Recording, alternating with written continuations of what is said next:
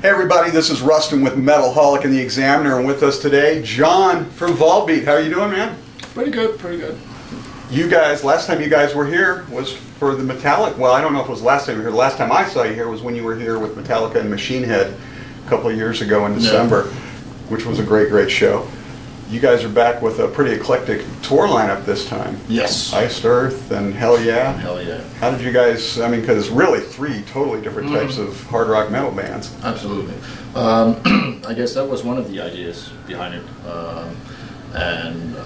Michael especially is a huge, huge fan of Iced Earth. And so when the tour was booked, he was looking around for bands that might want to participate in it, and I think Hell Yeah came on board first, and then all of a sudden Iced Earth popped up and said, hey, we want to do this as well. So he was a very happy little singer that day when they said yes. So I guess that's how it ended up like this, but it's going really well actually. There are Iced Earth fans here, there's Hell Yeah fans here, there might be a few of our fans here as well, and everybody seems to get along and have a great time. So far everybody's really getting into all three acts and everything? Yeah, I think so, definitely. Nice. There's probably a few who leaves after, each band. Each band. That's normal. Well, fortunately they got to stick around for you guys, Yeah.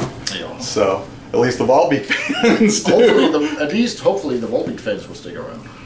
Now, you guys have put out albums on a pretty regular basis, 2005, 7, 8, 9, or 10 I should say. So we're coming up on 2 years now. This will be the longest you guys have gone without putting a new album out, because I believe you're going into the studio in, what, October or something? So we're looking at next year. Well, it kind of depends when we think we're ready, actually.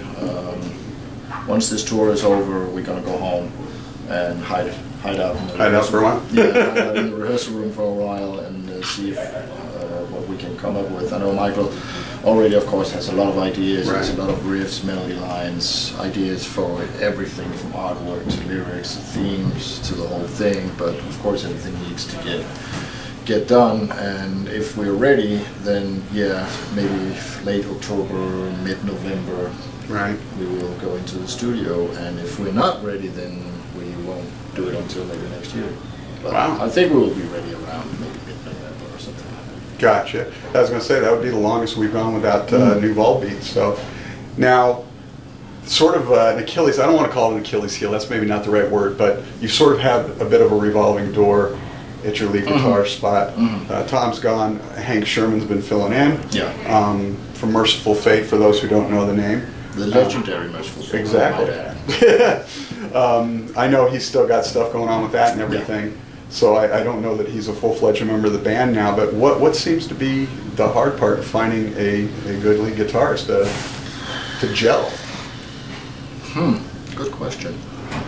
I don't know. I mean, it's being in a band, I guess, to use that cliche, it's a bit like a marriage, actually. Right. Normal relationship. I mean, sometimes things work out and sometimes things don't work out. I mean, when we're together like 24/7, 7 days a week, or for several months, or for how long, And of course, we are four very different people, always has been. And, sometimes you need to change things. If things don't work out, you change things like you do in a normal relationship, so to speak. Or if you're unhappy about your normal day job, you might want to change that. So I don't think that we're any more difficult than any other people.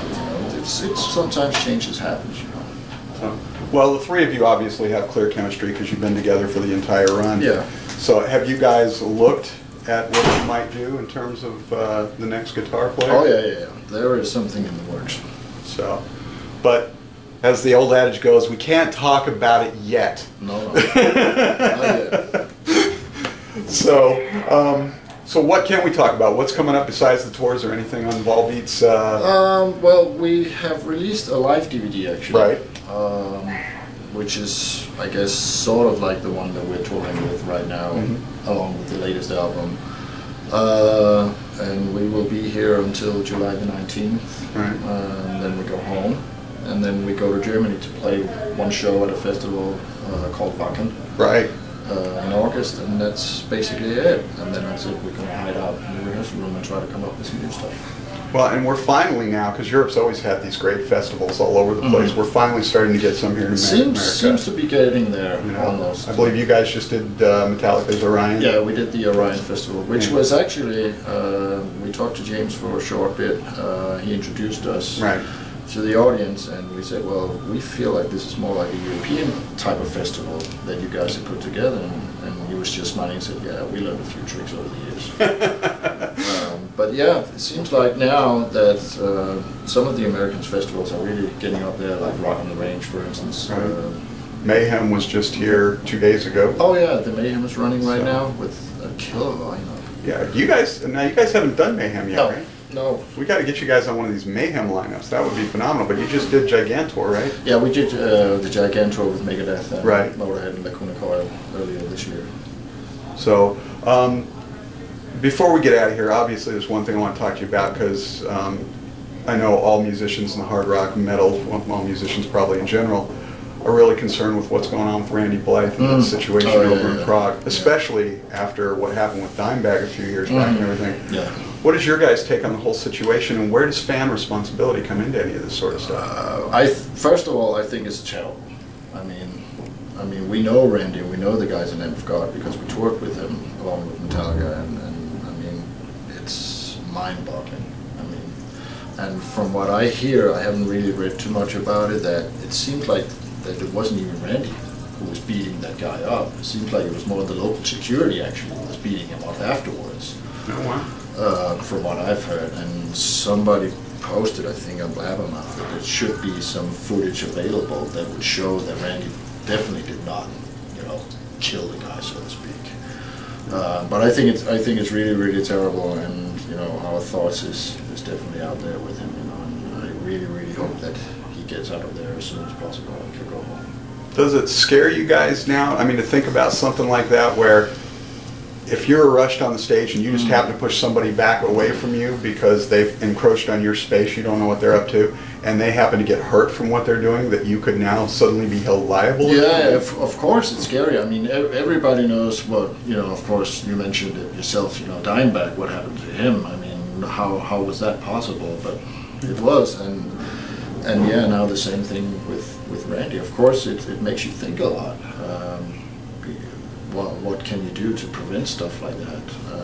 And that's why we always had it, but now definitely, you know, got to take better care of the barriers, make sure the security do their jobs and stuff like that. I mean, people can get hurt, but you know, for what happened at that show, I mean, that's just terrible.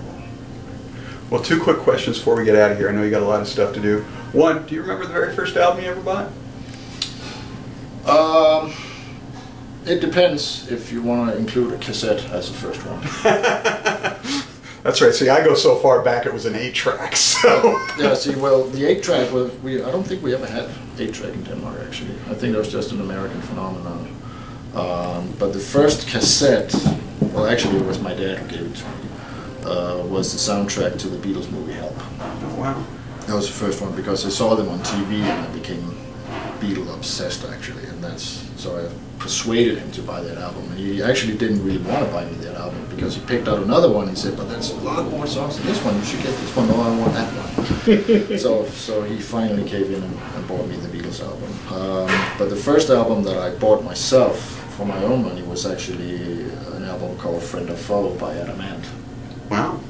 And still collect Adam Ant's music. I know a lot of people that are big Adam Ant fans. I'm not going to fault you there at all. So he's going on tour in America for the first time in 100,000 years or something like that. Oh, all the 80s fans are going to be freaking out now. So were the Beatles or Adam Ant, or was there a specific album or live show that you saw that was sort of the catalyst that made you want to do this?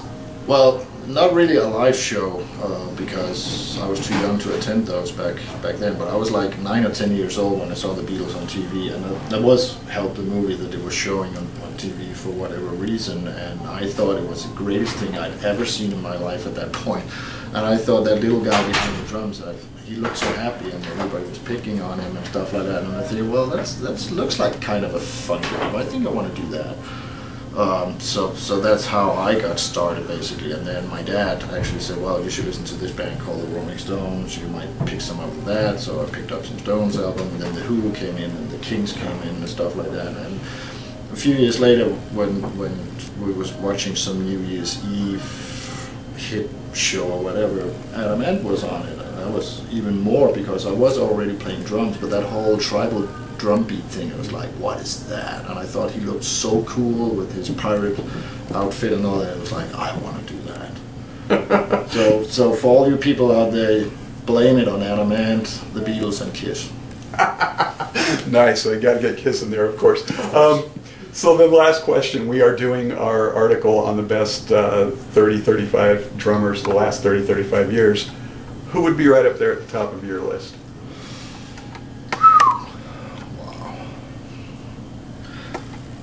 I would probably say Dave Lombardo. Nice, great choice. Dave he's my favorite drummer. He always has been ever since I got into the metal scene and discovered Slayer. I mean, Dave is a powerhouse, and I don't know how he does it. I've stood behind him a few times and watched him play, and I still don't get it how he does it, but. And he can actually play a lot of different styles. I know the stuff that he did with Mike Patton, for instance, is completely different from what Slayer is, and he had done so many stuff. He played with Testament for a short while. Have you heard his new project, Film? No, I don't think I have. I know it's completely different than... Totally different. He scales back the kit and everything, but it's phenomenal. He just drives that whole thing. The debut album is called Film Harmonic. Well, nice play. but you know, Dave is a machine, you know, and there is only one of his kind. Absolutely. There are so many great drummers out there, very influential drummers like Lars is a very huge influence, and a lot of people, even though people like to tear him apart and say he's no good, but he's actually better than a lot of people think he is. He's certainly grown. You know, everybody normally says Neil Peart, Mike Portnoy, which I love. They're phenomenal drummers, but Dave does get overlooked quite a bit. As a matter of fact, when I was talking to Vinny Appice not long ago, I was asking him, he said, there's this young kid, Dave Lombardo, or something like, young kid? I talked to Dave literally 2 days later, and I told him that. He's like, oh my God, seriously? So, but Jon from Volbeat, thanks so much for taking the time to talk with us. We're looking forward to the show tonight, and definitely for the next album.